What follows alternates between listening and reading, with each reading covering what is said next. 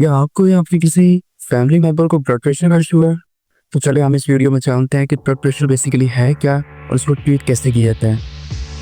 Blood pressure simply एक pressure है blood का जो आर्टरीज के ऊपर लग रहा होता है।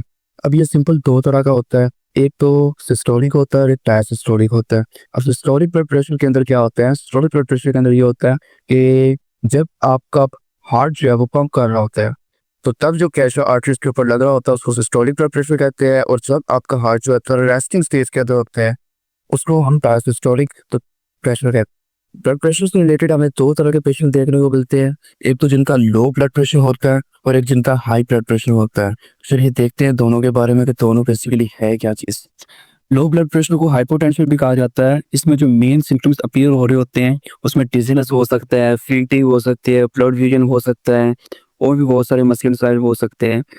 इसकी दो मेन वजह हो सकती है, एक तो ये है कि बॉडी में डिहाइड्रेशन हो जाना, या फिर दूसरी वजह ये हो सकती है कि एक्सेस लॉस ऑफ ब्लड हो जाना। इसको ट्रीट करने के लिए हमें इसके काज का प्रॉपर पता होना बहुत ज़रूरी है। अगर तो वो डिहाइड्रेशन की वजह से हुआ तो आप प्लेंटी ऑफ वाटर यूज़ कर सकते हैं ताकि डिहाइड्रेशन के इशू को सॉर्ट आउट किया जा सके। या मोस्ट ऑफ द टाइम जब आप हाई मील यूज़ करते हैं तो उसकी वजह से भी आपका ब्लड प्रेशर लो हो जाता है, तो आप उससे परहेज़ करें। उसके अलावा आप कुछ मेडिसिन यूज़ कर सकते हैं जिसके अंदर मीटोट्रिन इज़ मोस्ट इम्पोर्टेंट। और बाकी low blood pressure is not like a too big problem, आप इसको इजीली सॉर्ट आउट कर सकते हैं।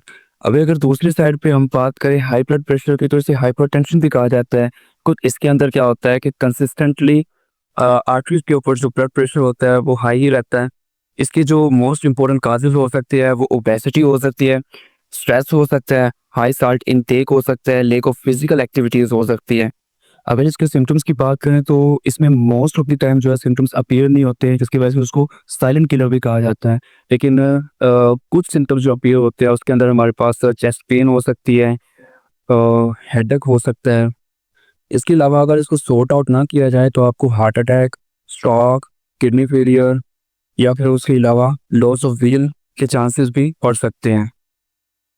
अगर इसके ट्रीटमेंट की बात करें तो इसके अंदर आप लाइफस्टाइल चेंज कर सकते हैं, तो जिसके अंदर आप फैट इंटेक कम कर सकें, हेल्थी डाइट का इस्तेमाल करें। उसके बाद ओवरवेट को कंट्रोल करें, एटलीस्ट 30 मिनट जो है वो एक्सरसाइज करें जिसकी वजह से आपका वेट कंट्रोल में रहे। बाकी अगर इसके मेडिकेशंस की बात करें तो उसके अंदर आप कैल्शियम चैनल ब्लॉकर इस्तेमाल कर सकते हैं, एस इनहिबिटर इस्तेमाल कर सकते हैं, एआरपीज इस्तेमाल कर सकते हैं, बीटा ब्लॉकर इस्तेमाल कर सकते हैं। ये सब मेडिकेशंस आप डॉक्टर के मशवरे से इस्तेमाल करें, खुद से एक्सपेरिमेंट ना करें, बिकॉज आपकी ज़िंदगी बहुत कीमती है। उसके अलावा check your blood pressure regularly, whether symptoms appear और नो।